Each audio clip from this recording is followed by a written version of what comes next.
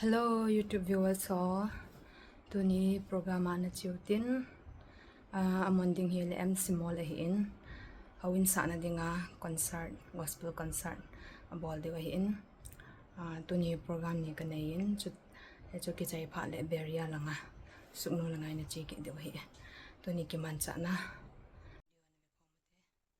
misaul ha bama loite ni to ka kisutu hantan tuni amani la sa ki ngai de he Uling cha hin abana nunga Mary nunga ngainu emagi say tam dame hai Bye bolo ngen sang kasi di tam bese bye amo ki sun pinai na tu ni kung kalsong kahi Lumai in la casa que te la mano que no visitan amana sa sa sa le patau ni upal le lo tapi executive member amana natin.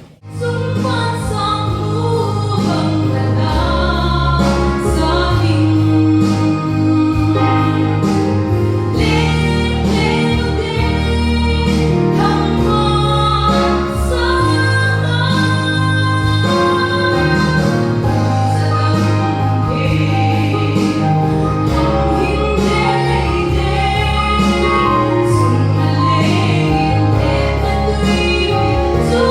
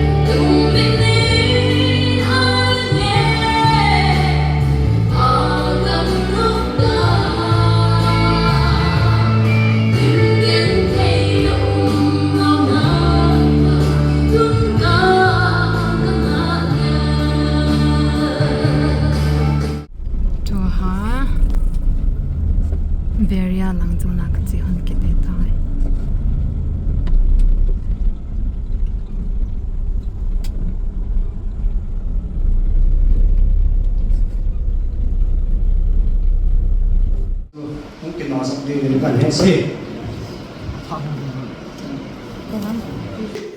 Padang village. Apamin and Paplunoki of Padang village. Now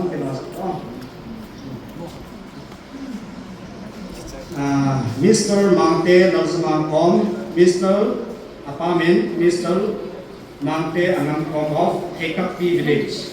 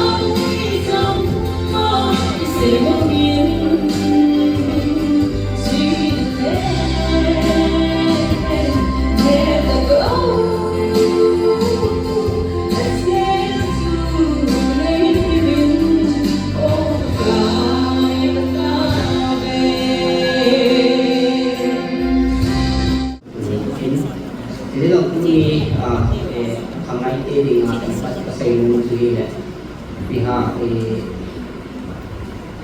ihi mong nak katong ngai na achievement na ding. Education na ni ngai le.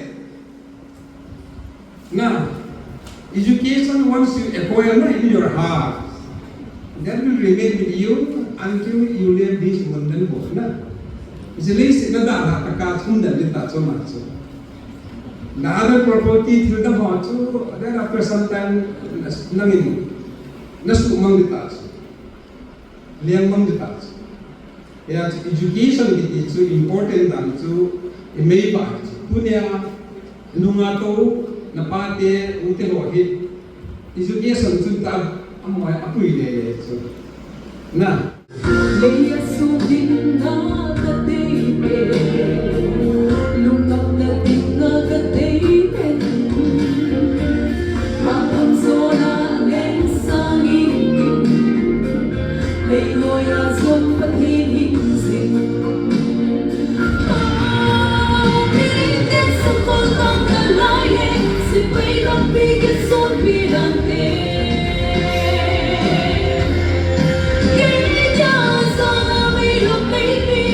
Ting may nangay kulit pa. May